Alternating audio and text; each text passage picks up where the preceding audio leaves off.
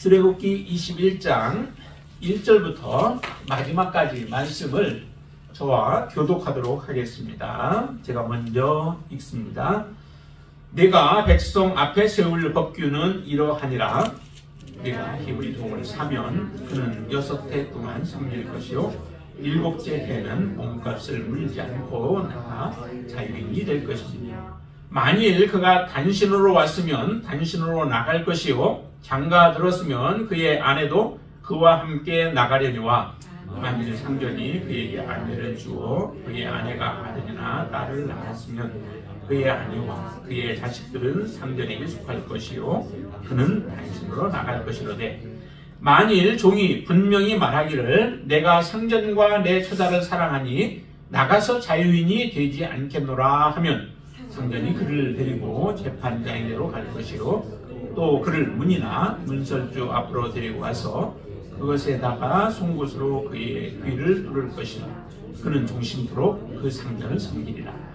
사람이 자기의 딸을 여종으로 팔았으면 그는 남종같이 나오지 못할지며 만일 상전이 그를 기뻐하지 아니하여 상관하지 아니하면 그를 속량하게 할 것이나 상전이 그 여자를 속이는 것이 되었으니 외국에는 팔지 못할 것이요 만일 그를 자기 아들에게 주기로 하였으면 그를 딸같이 대우할 것이요 만일 상전이 다른 여자에게 장가들지라도 그 여자의 음식과 의복과 동침하는 것은 끊지 말 것이요 그가 이 세 가지를 시행하지 아니하면 여자는 속전을 내지 않고 거저 나가게 할 것이니라.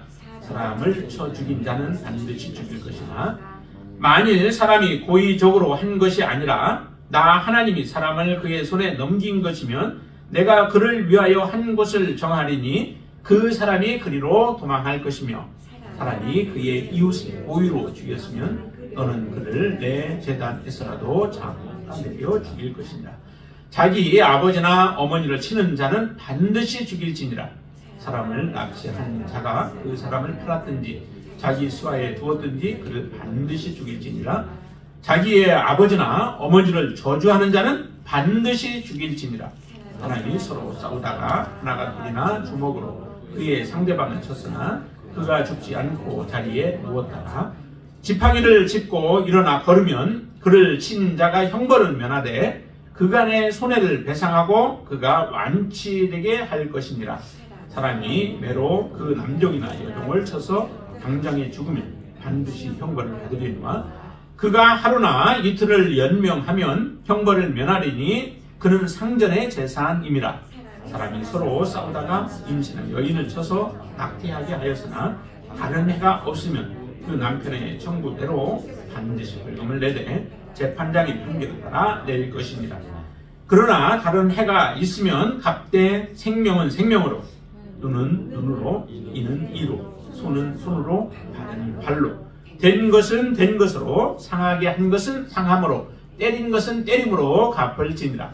사람이 그 남종의 한 눈이나 여종의 한 눈을 쳐서 상하게 하면 그 눈에 대한 보상으로 그를 놓아줄 것이며 그 남종의 이나 여종의 이를 쳐서 빠뜨리면 그 이에 대한 보상으로 그를 놓아줄지니라.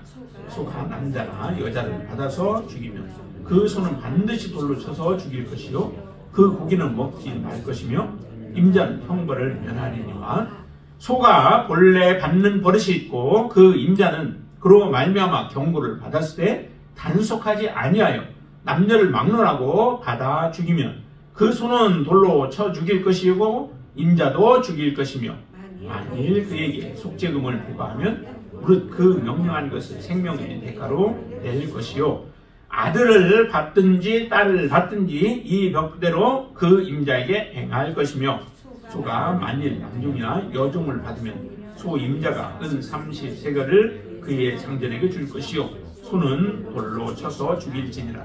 사람이 구덩이를 열어 두거나 구덩이를 파고 덮지 아니하므로 소나 나귀가 거기에 빠지면 그 구덩이 주인이 다 보상하여 짐승의 임자에게 돈을 줄 것이요 죽은 것은 그가 차지할 것입니다. 이 사람의 소가 저 사람의 소를 받아 죽이면 살아있는 소를 팔아 그 값을 반으로 나누고 또한 죽은 것도 반으로 나누려니와 그 소가 본래 받는 버릇이 있는 줄을 알고도 그 임자가 단속하지 아니하였으면 그는 서로를 갚을 것이요 죽은 것은 그가 차지할지니라. 아멘. 지난주에도 말씀드린 것처럼 지금 20장 후반절과 그 다음에 21장 등 앞으로 나오는 장은 10계명에 대한 해석을 좀 더 구체적으로 해준 것이다 라고 말씀을 드렸죠. 그래서 오늘 21장에서 나오는 부분들은 10계명의 4계명과 10계명 그리고 또 12절부터 쭉 나오는 것에서는 5계명과 6계명에 대한 자세한 설명들에 해당되어지는 부분들입니다. 10계명 하면은 이제 구약의 계명이라 생각을 해서 보통은 10계명이 이제 그것은 한 물 간 것처럼 또 뭐 별로 그렇게 특별하게 중요하게 생각하지 않고 우리가 살아가는 경우도 많습니다. 그렇지만은 그 10계명은 없어진 게 아니죠. 예수님께서도 하나님의 말씀에 대해서 계명들에 대해서 말씀하실 때에 계명을 폐하러 내가 온 것이 아니다라고 말씀을 하셨죠. 그 이야기는 구약이라고 해서 모든 것들을 다 버릴 것이 아니라는 거예요. 오히려 예수님께서는 하나님의 말씀을 더 완전하게 하려 오셨다라고 말씀하셨어요. 그래서 완전하게 하시는데 그 완전함이 더 확실하게 더 철저한 모습으로 지켜야 하는 하나님의 말씀, 하나님께서 하나님의 말씀을 주실 때에 주셨던 그 이상 아니면 거기에 있었던 정신들을 다시 예수님께서 그리면서 우리에게 내어놓아 완전한 모습으로 하나님 앞에 서기를 원하여서 우리에게 말씀을 주셨습니다. 그래서 마태복음의 그 예수님의 계명들을 보면은 정말 철저하잖아요. 5장에서부터 7장까지 나오는 그 말씀들 보면은 참 대단한 말씀들이에요. 어떻게 이런 말씀들을 우리가 다 지키며 살아갈 수 있을까라고 할 정도로 그렇게 철저한 말씀들을 우리에게 주셨는데 그 말씀대로 우리가 사실은 살아가야만 하나님 앞에 설 수 있는 것이죠. 하나님 앞에 우리가 죄가 있어서는 안 돼요. 설 수 없어요. 10개의 10계명을 주셨는데 그 중에 한 계명을 범하면은 온전한 사람인가요? 아니죠. 예, 온전하게 다 지켜야만 온전한 사람이 되어지는 거예요. 그러니까 작은 것이라 해서 우리가 소홀히 여겨야 할 것이 아무것도 없다라고 하는 거예요. 하나님의 말씀은 우리가 지켜내야만 하는 것인데 그 지킬 수 없는 것을 잘 알아요. 우리가 연약함을 잘 알아요. 그렇기 때문에 지킬 수 있도록 하나님께서는 성령을 우리 안에 허락해 주신 것이죠. 저와 여러분들 안에 성령이 없으면 예수 그리스도의 도움이 없으면은 결코 하나님의 말씀대로 우리는 살아갈 수 없습니다. 그러나 살아갈 수 있도록 하기 위하여 이미 성령을 우리에게 보내주신 것이죠. 예수님이 하나님 앞에 가는 것이 우리에게 복이라고 했던 것도 그 이유입니다. 예수님이 계시면은 육신적으로 제한적으로 살아갈 수밖에 없는 거죠. 그렇지만 성령은 공간을 초월하여서 우리 가운데 역사하시고 우리 안에서 우리를 감동하시고 우리를 이끌어 주시기 때문에 하나님의 말씀을 지켜낼 수 있도록 우리를 그렇게 인도하신다는 거예요. 성령을 의지해야 하는 이유가 여기에서 있습니다. 여러분들이 성령을 붙잡고 성령이 이끄시는 대로 순종하며 살아가야 하는 이유가 우리를 온전케 하시기 때문에 우리를 거룩케 하게 하시기 때문에 하나님 앞에 우리를 세우시기 때문에 성령을 의지하며 살아가야 하는 것입니다. 그럼 오늘 본문의 말씀을 보면은 이렇게 얘기를 해요. 내가 백성 앞에 세울 법규는 이러하니라 라고 하는데 우리가 오랜 시간 동안 살아와도 신앙생활 해와도 하나님의 말씀과 거리가 있고 하나님의 말씀대로 우리가 순종하지 않으며 살아가는 우리의 신앙생활은 의미가 없는 삶이죠. 그것은 험한 인생에 불과해요. 헛된 삶을 살아가는 것에 불과해요. 그렇기 때문에 하나님의 말씀, 여기서 특별히 세울 법규라고 이렇게 얘기하는데요. 그 10계명을 자세하게 우리에게 가르쳐 주셔서 그 말씀대로 살아가도록 우리의 삶에서 실제적으로 그 말씀대로 순종하며 살아가도록 하기 위하여 이 말씀을 주신 것입니다. 여러분들 안에 정말 이 말씀을 다시 한번 우리가 새기면서 하나님의 말씀 가운데 우리를 바르게 세우는 그런 귀한 시간, 또 다짐하는 시간이 되어질 수 있게 되어지기를 주님의 이름으로 축원을 드립니다. 그래서 21장의 핵심 단어는 이 법규라고 하는 거예요. 이 법규를 설명한 것이죠. 그 설명이 이제 몇 가지 종류로 이제 나오게 되어집니다. 첫 번째 보면은 히브리 종에 대한 부분들을 얘기를 하죠. 히브리 종들도 있고 일반적인 종들도 있죠. 히브리 종은 하나님께서 특별한 은혜를 주셨어요. 영원한 종으로 세우지 않고 일단 여러 가지 형편이 안 좋아서 종으로 팔려갈 수밖에 없는 상황이 빚어질 수 있죠. 그러면 살다 보면 그렇잖아요. 사람이 모든 게 잘 되어지지 않아서 때로는 파산 신고를 하는 경우들도 있잖아요, 사람들이. 그럼 영원토록 계속 파산 신고해서 그렇게 살아가야 한다면 얼마나 절망적이겠어요. 그러나 그것이 어느 정도 지나고 나면 또 문제들이 이제 그 빚진 것들이 탕감을 받게 되어지면 그 다음에는 이제 회복되어질 수 있는 기회가 주어지게 되어지죠. 이스라엘 백성들에게도 하나님께서는 이처럼 종으로 비록 팔려갈지라도 종에서 해방될 수 있는 기회를 하나님이 주셨어요. 어떤 기회예요? 히브리인들은 6년 동안을 열심히 봉사를 하면 그 다음에 7년째 될 때는 그를 풀어주는 거죠. 해방을 시켜주는 거예요. 그러니까 6년 동안 뭐 고생해도 뼈 빠지게 고생해도 7년째 되면은 나는 자유하게 되리라라고 하는 소망이 여러분들이 있잖아요. 우리가 이 땅에서 고생하며 살아가요. 그렇지만은 여러분들 그 고생이 끝나는 그때가 어느 때가 돼요? 다시 우리는 하나님 앞에서 하나님의 영광을 바라보며 하나님과 함께한 소망이 여러분들 안에 있으시잖아요. 그 소망 없으면은 우리 이 땅에서 살면서 얼마나 힘들겠어요. 그렇지만은 힘들어도 견딜 수 있고 힘들어도 이길 수 있고 죽을 만큼 우리가 고통스러운 일들이 찾아와도 우리가 견딜 수 있는 것은 죽음 이후에 하나님과 함께한 소망이 여러분들에게 있기 때문에 그런 줄로 믿습니다. 그 소망 여러분들 붙잡으시기를 바랍니다. 그 소망으로 충만케 되시기를 바랍니다. 히브리 종이 그래서 6년 동안은 열심히 일해요. 그런데 이제 그 나가는 데에 조건이 있죠. 어떤 조건인가요? 첫 번째는 혼자 왔으면 내가 혼자 종으로 내가 팔려 왔으면 그냥 나 혼자 나가면 돼요. 그게 이제 자유를 주는 거죠. 근데 혼자 오지 않고 만약에 내가 결혼한 상태에서 내가 종으로 팔려갔어요. 그러면 내 아내도 함께 자유를 얻게 되어지죠. 그러니까 이처럼 함께 단신으로 왔을 때는 단신으로 나가고 또한 결혼한 상태에서 왔을 때는 함께 자유를 누리게 되어집니다. 왜 갑자기 안경이 빠지네요. 그래서 자유를 누리게 되어지는데 또 한 가지 예는 어떤 경우냐면은 내가 종으로 그 집에 있을 동안에 주인이 그 종을 특별히 사랑해서 자기의 여종을 이 남종에게 아내로 주는 거예요. 그래서 6년 동안 뭐 이제 함께 같이 부부로서의 생활을 누리면서 그러면서 자녀도 이제 낳을 수 있겠죠. 그러다가 7년째가 돼요. 그러면 어떤 일이 벌어질까요? 남자는 혼자 단신으로 왔기 때문에 단신으로 나가야 되죠. 그런데 자기에게 그 종으로 있는 동안에 아내를 맞이한 거예요. 결혼을 한 거예요.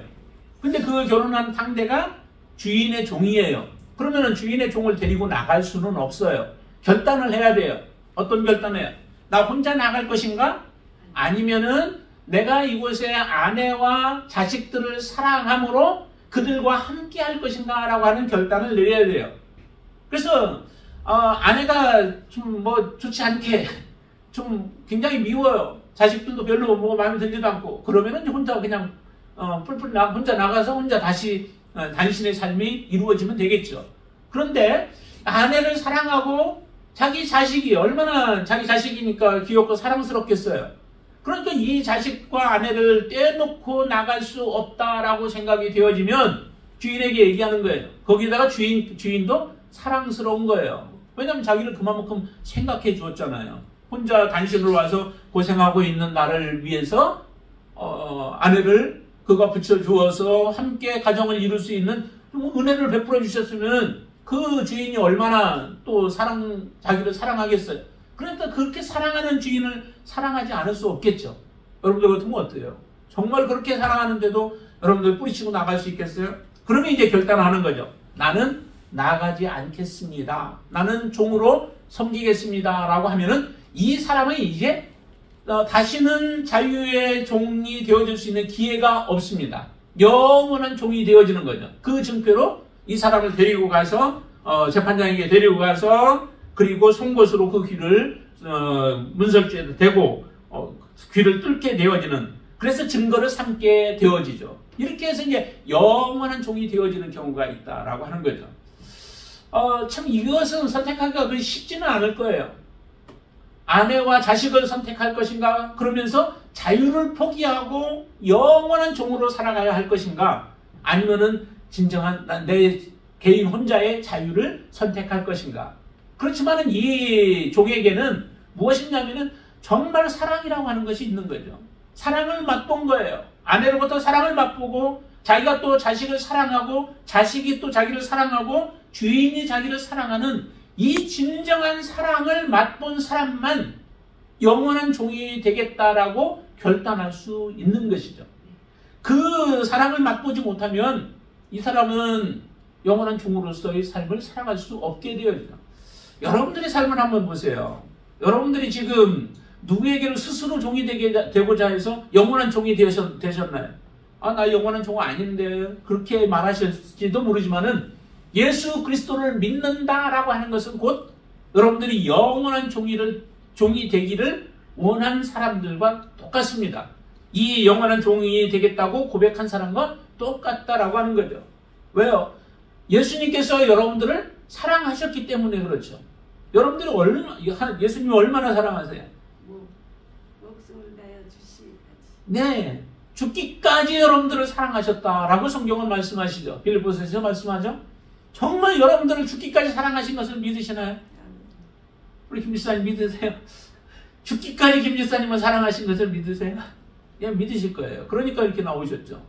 여러분들 정말 하나님은 여러분들을 사랑하는데 그냥 조금 일부분 가지고 나의 돈 얼마 가지고 이렇게 주고서 우리를 사신 게 아니라는 거예요. 예수님 전부를 주고 여러분들을 사신 거예요. 그렇게 여러분들을 사랑하신다는 거죠. 하나님의 사랑은 이 세상의 어떤 것으로도 그래서 끊을 수 없다라고 말씀하시죠. 하나님의 사랑을 우리에게서 끊을 수 있는 것은 이 세상에 아무것도 없어요. 천사도 높음도 칼도 위협도 어떤 것도 끊을 수 없다라고 성경은 단적으로 그렇게 말씀하세요. 그것은 예수님의 사랑이 그만큼 큰 사랑이에요. 문제는 우리의 사랑이 그 사랑을 받고 내가 그 사랑에 보답해서 하나님 앞에 사랑한다 고백하며 우리의 모든 것을 다 드리며 마음과 뜻과 힘과 목숨을 다하여 하나님을 섬기는 삶을 살아가야 그게 이제 온전한 결합이 되어지고 온전한 하나가 되어지는 거죠. 한쪽에서만 사랑하면 어때요? 짝사랑이잖아요. 그렇게 되어져서는 안 되죠. 온전한 사랑을 하기 위하여 하나님은 우리에게 요구하시는 거예요. 너의 모든 것을. 그렇다고 우리의 것을 빼앗기 위함이 아니에요. 우리에게 모든 것을 다 주기 위함이죠. 하나님의 사랑은 이렇게 큰 사랑이에요. 그 사랑을 맛본 사람은 예수님을 나의 주님이라고 고백하고 예수님을 섬기며 살아가는 사람이 되어질 수 있는 겁니다. 그럼 이 종이 영원한 종이 되어졌다고 해서 불행할까요? 다른 사람들이 볼 때는 왜 자유를 포기하고 영원한 종, 어리석은 그 결정을 내리느냐라고 할지 몰라도 이 사람은 아내의 사랑과 자식의 사랑과 또 자기가 그 사랑을 주며 그리고 상전을 섬기며 상전을 사랑하면서 진정한 자유를 누리게 되어지죠. 그렇기 때문에 이게 진정한 안식이에요. 아까 사계명을 설명하는 것이다 라고 말씀을 드렸잖아요. 사계명은 안식일을 거룩하게 지키라라고 하시는 말씀이에요. 하나님이 주시는 이 사람이 얻은 종의 삶은, 영원한 종의 삶은 영원한 안식이에요. 참된 온전한 안식을 지금 이 종은 누리는 삶이라는 것이죠. 여러분들한테 정말 진정한 안식이 있으신가요? 이 땅에 살아가면서도 우리는 그 안식을 누리며 살아가는 거죠. 주님이 계시기에, 성령이 우리 안에 계시기에 우리가 안식을 누릴 뿐만 아니라 그것으로 끝나지 아니하고 하나님은 영원한 안식을 또한 우리를 위하여 준비하고 계세요. 주님은 우리를 위하여서 그 처소를 예비하면 다시 오겠다라고 말씀하셨어요. 주님이 오시는 그날은 우리의 진정으로 믿음으로 살아간 자, 예수 그리스도와 하나가 되어진 자, 하나님의 말씀대로 순종하며 믿음을 지키며 살아간 자들에게는 정말 하나님께서 영원한 안식을 우리에게 주시기 위하여 이 땅에 오시는 그날이 바로 주님의 재림의 날인 줄로 믿습니다. 그날이 여러분들에게 축복으로 와 닿기 위해서는 여러분들이 온전한 믿음으로 사셔야 돼요. 이 종과 같은 고백을 여러분들이 하셨다면 이제 진정한 기쁨 안에서 자유함을 누리면서 주님을 섬기실 수 있게 되시기를 바랍니다. 그게 진정한 축복이에요. 그렇게 해서 이 히브리 종에 대해서는 그렇게 말씀합니다. 진정한 안식이 여러분들 안에 있으시게 되기를 주님의 이름으로 축원을 드립니다. 그런데 또 하나 이렇게 얘기를 하죠.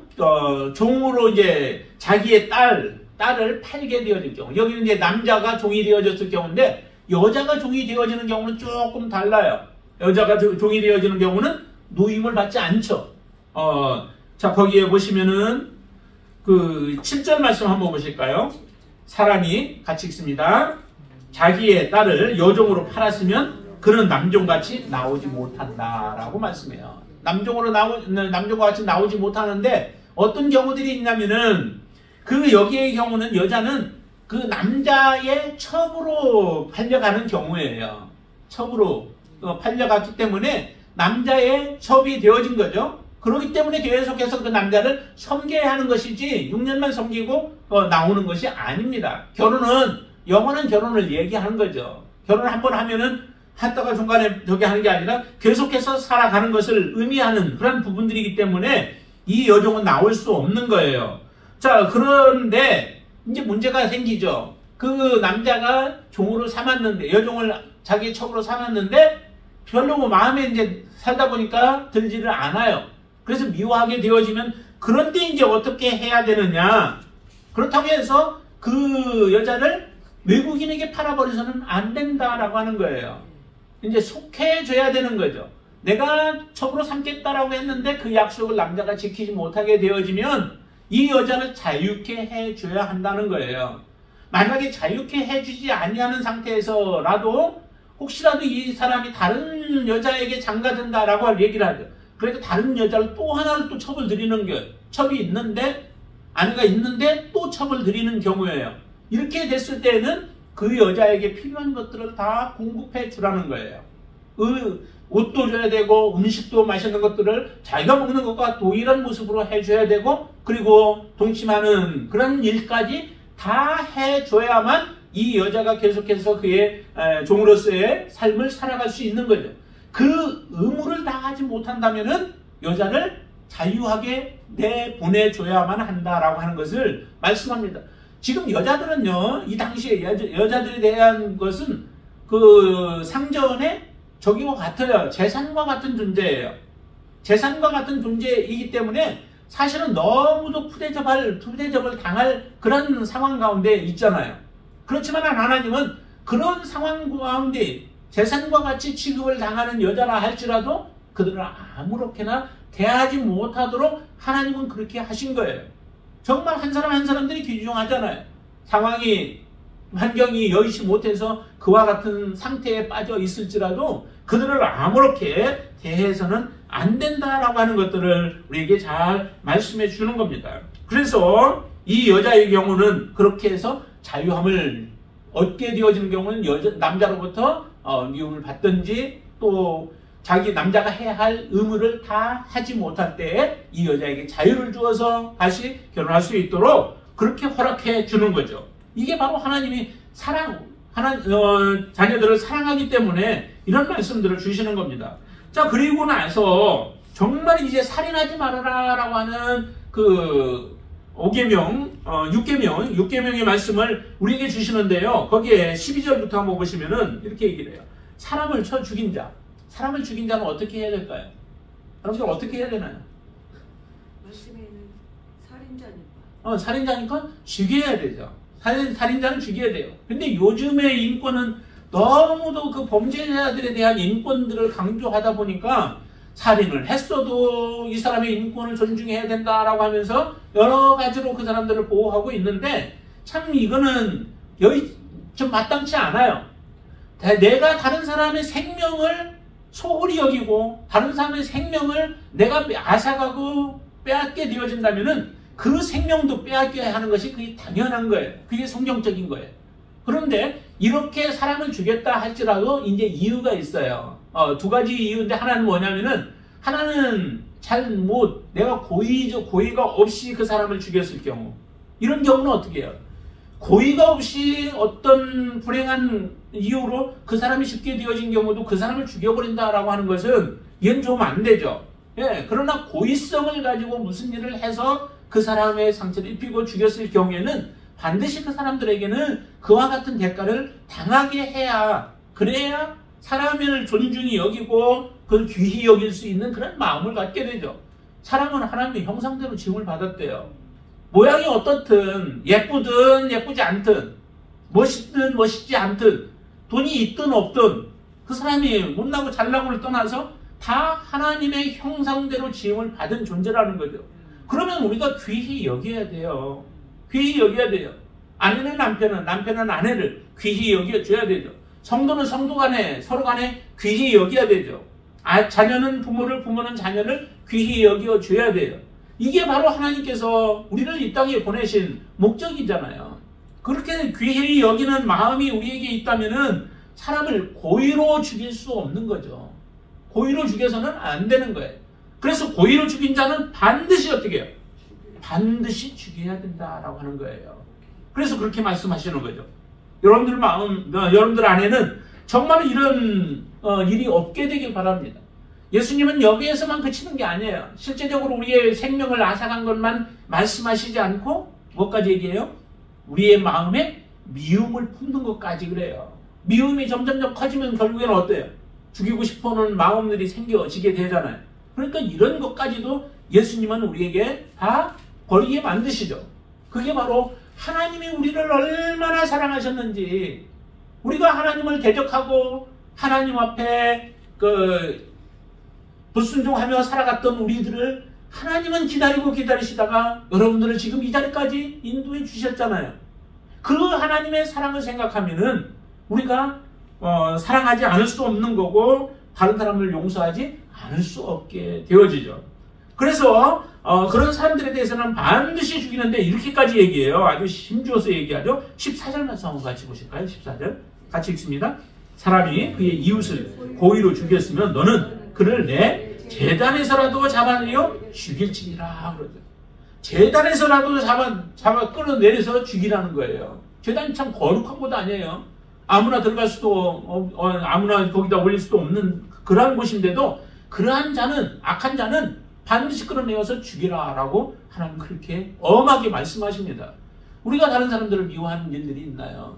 그런 미워하는 것들까지도 다 버릴 수 있게 되길 바랍니다. 다른 사람을 해치는 일들 뿐만 아니라 정말 우리 안에 그 생각조차도 거룩한 생각을 품으며 살아가시는 여러분들 되시길 바랍니다. 그러시면서 두 가지를 거기는 또 얘기를 하죠. 아버지나 부모에 대해서. 부모에게 어떻게 하는 것? 치는 자. 치는 자는 반드시 죽이래요. 그리고 또 하나 거기에 17절에서도 저주하는 자. 부모를 저주하는 자. 반드시 죽이라고 하는 거죠. 부모에 대해서 이 고의를 가지고 있는 거예요. 부모를 친다는 거, 이거는 고의성이 있는 거죠. 그리고 부모를 저주한다는 거, 내 의식 속에 그걸 가지고 있는 거예요. 그래서 부모를 저주하는 거죠. 이런 자들에 대해서는 살아있을 이유가 없다는 거죠. 달려들 이유가 없는 거예요. 그래서 반드시 죽여라라고 성경은 그렇게 말씀하죠. 요즘 시대에다가 비춰보면 죽일 자녀들이 참 많죠. 정말 하나님께서는 이렇게 엄정하게 얘기하는 거예요. 죄가 우리들 가운데 들어와서는 안 되기 때문에 하나님께서 이렇게 말씀하시는 겁니다. 이런 자들은 누구를 죽인 것과 동일한 모습으로 그렇게 반드시 죽이라라고 말씀하시고, 그 다음에 다른 사람들을 납치하는 경우 있죠. 납치해가지고 팔아 넘기든지 아니면 자기가 데리고서 부려먹든지 하는 이런 경우들, 이런 자들도 고의를 가지고 지금 이와 같은 일들을 남의 인생을 망쳐놓는 일들을 행하죠. 남의 인생을 스스로 망치게 만드는 이런 자들에 대해서도 하나님은 용서를 하지 않아요. 용서하지 않습니다. 하나님이 용서하시는 경우는 알지 못하여서 부지 중에 고의성이 없는 가운데서 행했을 때에 그 살인을 저질렀든지 아니면 다른 일들을 행했을 때에 그들을 용서해 주시는 것이지, 고의를 가지고 계획적으로 모든 일들을 저질렀을 때에는 반드시 그들에 대해서는 하나님은 죽이도록 그렇게 말씀하시고 계시는 겁니다. 그래서 이런 자들도, 남을 납치해가지고 그 사람들의 인생을 망쳐놓은 자들도 반드시 죽이라는 거예요. 납치범들 성경을 보면서 그들을 회개해야 되죠. 돌아와야 돼요. 자, 그러면서 이제 싸우는 경우들에 대한 경우도 얘기를 하죠. 싸웠을 경우 뭐 많죠. 싸우는 경우들이 생기잖아요. 그런데 싸웠을 때에도 어떤 갑작스럽게 우리가 분노가 일어나는 그런 경우, 우발적으로 일어나는 그런 경우가 있잖아요. 싸운다고 해서 다 죽이려고 하는 거 아니잖아요. 어떤 내 의지를 관철시키고 이런 것들인데, 근데 싸우다가도 잘못하면은 사람들을 죽이는 그런 일들이 생기게 되어지죠. 그런 경우에 상처를 입히고 죽지 않았으면은 그 사람에 대해서 보상을 해줘야 돼요. 완전히 나았을 때까지 보상을 해줘야 되는 거죠. 이건 당연하게 해야 할 일들이에요. 그리고 나서 그 다음에 만약에 여자가 임신 상태인데 아이가 때려가지고 그것이 이제 낙태가 되어졌다는지 하면은 그거에 대한 이제 보상을 좀 해줘야 되죠. 그러나 형벌은 면하게 되어져요. 그런데 때리고 나서 아이가 죽은 것뿐만 아니라 그 여자를 상하게까지 하는 거예요. 그러니까 죽이려고 하는 의도를, 그런 나쁜 생각을 가지고서 일들을 저지르게 되어지면 그 사람에 대해서는 어떻게 해요? 형벌을 면할 수 없게 되어지죠. 그래서 이런 사람들에 대해서는 동일하게 갚아줘라 라고 얘기를 해요. 자, 그래서 우리가 잘 알고 있는 말씀이 있죠.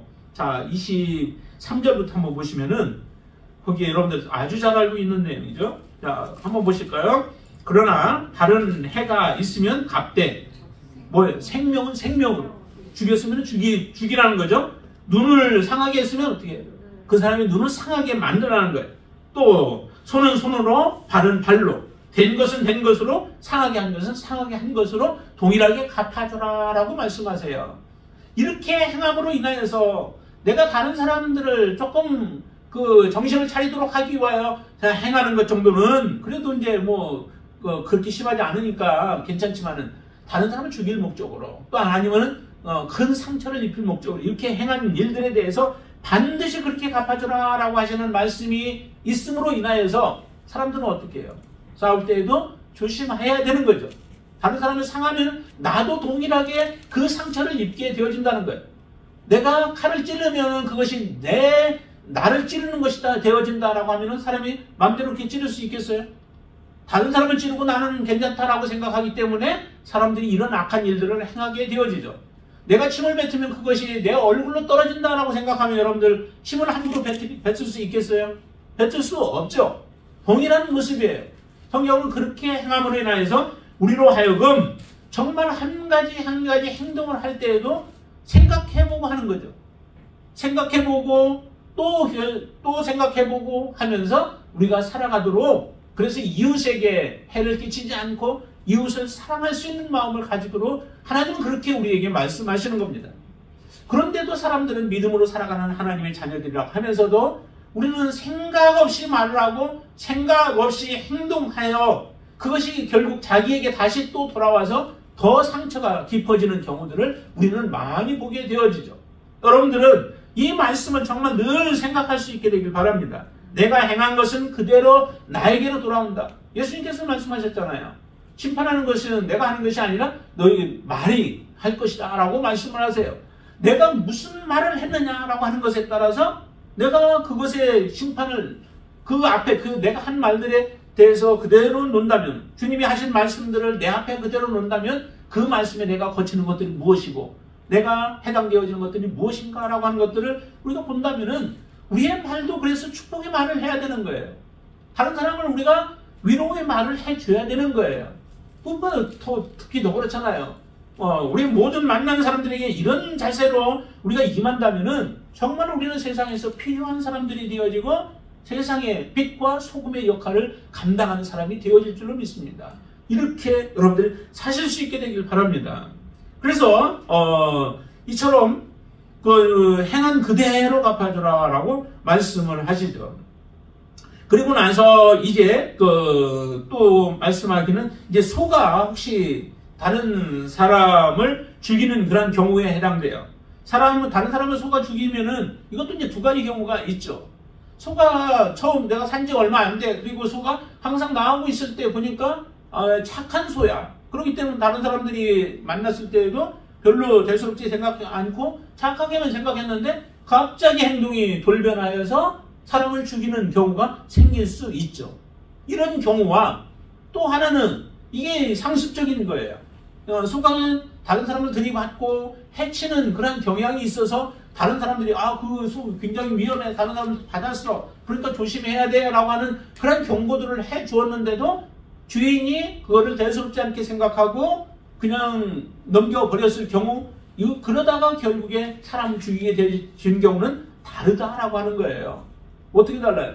모르고서 했을 경우는 그 사람에 대해서 좀 이제 보상을 해주고 그에 대한 하면 되죠. 근데 이 소는 반드시 죽여야 돼. 사람을 죽이게 되어지면 반드시 죽여야 되지만 주인이 받아야 하는 책임이 달라진다라고 하는 거죠.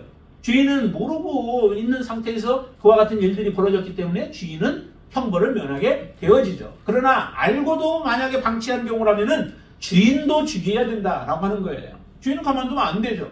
왜냐하면 다른 사람을 죽도록 소를 그렇게 이용한 것에 이용한 것이기 때문에 그 주인도 죽여야 된다라고 하는 겁니다. 이처럼 정말 모든 일들에 있어서 우리가 고의성을 가지고 있는가 아니면 고의성이 없이 우연적으로 일어난 일들인가 라고 하는 것에 따라서 그 일은 완전히 달라져요. 우리가 하나님 앞에서 믿음으로 살아가는 우리들의 삶도 마찬가지죠. 내가 하나님 앞에 예수 그리스도를 알고 믿음으로 살아가는 가운데 우리의 결정과 결단과 행동들이 정말로 하나님의 말씀에 그렇게 하지 말라라고 우리에게 말씀을 해주시는데도 불구하고 계속해서 하나님을 거역하며 죄악의 길로 걸어가게 되어질 때에는 하나님의 엄정한 심판이 기다리고 있을 수밖에 없는 거예요. 하나님의 말씀을 우리가 몰라서 듣는 그런 경우들도 많죠. 이게 하나님의 뜻인 줄 알았어요. 하나님이 이것이 기뻐할 줄 알았어요. 그래서 우리가 그 길을 선택하는 경우들이 있어요. 그런 경우들은 하나님께서 우리로 하여금 깨닫게 하여 주셔서 우리로 다시 돌이키게 만드시지만 우리가 지속적으로 내 의지를 가지고 하나님을 거부하며 하나님의 뜻에 불순종하며 살아가게 되어진다면 하나님은 반드시 우리에게 그 책임을 묻게 되어질 거예요. 하나님의 심판을 우리는 받을 수밖에 없다라고 하는 거죠. 그러기에 하나님의 말씀은 굉장히 우리가 두려움 가운데 하나님의 말씀을 받아야 돼요. 세상에 사람들이 말하는 것과 같은 그런 생각으로 우리가 하나님의 말씀을 받지 않고 그 말씀 하나하나가 우리의 생명과도 같이 연관되어지잖아요. 그렇죠? 경고를 받았는데도 경고를 무시해버려요. 그러면은 이 사람은 그 경고를 무시하는 것 자체가 죽음과 연관되어질 수 있는 거예요. 소가 다른 사람을 죽이지 않는다면 모르지만은 그러나 언제든지 죽일 수 있는 가능성이 있기 때문에 자기도 죽을 가능성이 항상 있는 것이죠. 우리가 믿음으로 살아간다라고 하는 것도 마찬가지입니다. 하나님은 우리의 주인이십니다. 여러분들의 주인이십니다. 그렇기 때문에 그 하나님의 말씀대로 우리가 순종하며 믿음으로 살아갈 수 있게 되길 바랍니다. 근데 그렇게 살아간다라고 하는 것은 앞에 얘기한 것처럼 그 영원한 종이 되기를 자원했던 그 종과 같은 심정으로 우리가 살아간다면 하나님을 사랑하고 하나님의 사랑이 우리 안에 충만히 거하고 그런 가운데서 하나님의 뜻대로 순종하며 살아가는 자는 주인을 섬기는 것이 그게 고통이겠어요? 저희 아내와 자녀들과 함께 살아가는 그 시간들이 고통이겠어요? 비록 일은 힘들고 어려운 일들이 있을 수 있을지 모르나 그의 마음속에는 자녀들과 아내 그리고 상전을 섬기는 것이 자기에게는 특권이고 하나님이 주시는 놀라운 은혜로 생각할 거 아니겠습니까? 여러분들 안에 그 하나님의 은혜가 이렇게 풍성케 되어지길 바랍니다. 오늘 우리의 표현을 어떻게 삼았어요? 그 은혜와 하나님을 아는 지식에서 자라가라 라고 이렇게 우리가 말씀했죠. 그래서 하나님의 은혜가 정말 얼마나 큰지를 우리가 깨달으면 그리스도의 은혜가 내게 넘쳐나면 우리가 하나님 말씀대로 살아갈 수밖에 없는 거예요. 예수 그리스도에 대한 지식이 우리가 풍성해지면 그 말씀대로 그 지식대로 순종하며 살아갈 수밖에 없는 거예요. 이런 것이 억지로가 아니라 자연스럽게 여러분들의 삶에서 흘러나올 수 있게 되어지길 바랍니다. 성전에서부터 물이 흘러나와서 많은 사람들을 살리게 되어진 것 같이 하나님의 그 은혜가 절절 흘러 넘치고 여러분들의 사랑이 흘러 넘쳐서 정말 예배 시간도 기쁨이고 즐거움이고 또한 무엇 하나 우리가 할지라도 그게 억지로가 아니라 누가 시켜서가 아니라 내 마음에서 기쁨으로 우러나와서 하나님 앞에 행하는 그런 참된 종, 참된 그 안식을 누리는 종, 그리고 참된 섬김이 여러분들의 몸에 배워져서 하나님을 섬기고 이웃을 섬기는 믿음의 삶이 되어지기를 주님의 이름으로 축원을 드립니다. 귀한 삶이 여러분들 안에 충만하게 이루어질 수 있게 되기를 주님의 이름으로 축원을 드립니다. 기도하겠습니다. 할렐루야. 주님 감사합니다. 우리 안에 하나님의 사랑이 얼마나 넘쳐나고 있습니까? 하나님, 우리의 입술에 하나님의 사랑이 얼마나 흘러넘치고 있습니까? 하나님, 우리가 지금 믿음으로 살아온 우리의 인생 뒤돌아보면서 내가 몇 년을 주님을 섬긴 것이 중요한 것이 아니라 내 삶 속에서 지금 하나님의 사랑과 하나님의 은혜가, 그리고 내가 얼마나 섬김으로 기쁨으로 충만한 삶을 살아가고 있는지를 보게 하여 주시옵소서. 드러내게 하여 주시옵소서. 나를 통하여서 이제 많은 사람들이 예수 그리스도를 보게 하시고 하나님을 보게 하여 주시옵소서. 하나님을 온전히 섬기는, 또 하나님을 온전히 사랑하는 하나님의 자녀들이 되어지게 하여 주시어서 십계명이 우리에게 짐이 아니라 우리에게 당연히 우리가 그렇게 해야 할 일들이 되어지게 하시고, 우리의 삶을 통해서 십계명이 그대로 성취되어지는 역사가 일어나게 하여 주시옵소서. 예수님의 이름으로 간절히 기도드리옵나이다. 아멘.